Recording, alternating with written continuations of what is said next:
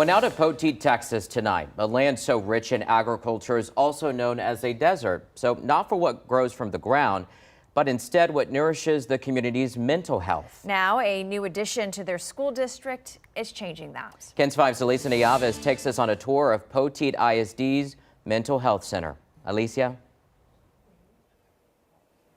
This addition was a long time coming for Poteet ISD, and their new mental health center found its home inside the old boys' locker room.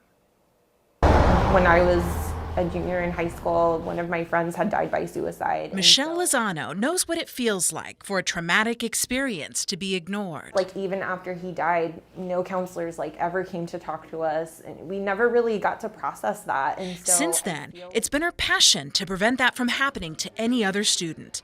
As a licensed professional counselor supervisor at Poteet ISD, her vision came to life today with the opening of their new mental health wing, where we could have kids really experience a therapeutic environment because, it takes them out of that chaos that's school. She says there's a high rate of self-harm in Poteet, especially after COVID. We had a lot of students that were experiencing anxiety, just trauma, lots of loss of parents. We have a very high population of grandparents raising kids here. I think it really kind of revolutionizes the way that we can see mental health care for youth specifically. Mental health counselor Allison McMaster used to roll her supply cart around the district to meet with students.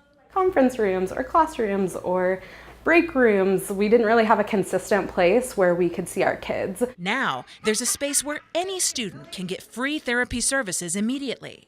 Before, parents would have to find time to drive out of town for an appointment, or they'd have to wait. They might be on a wait list for 2, 3, 4 months, maybe sometimes even longer. And if they're, in a crisis state, that's not going to work. From a changing room to a life-changing room, 10 counselors are creating an oasis in a desert. If students aren't functioning well mentally, it's really hard for them to succeed academically. Alicia Nieves, KENS 5.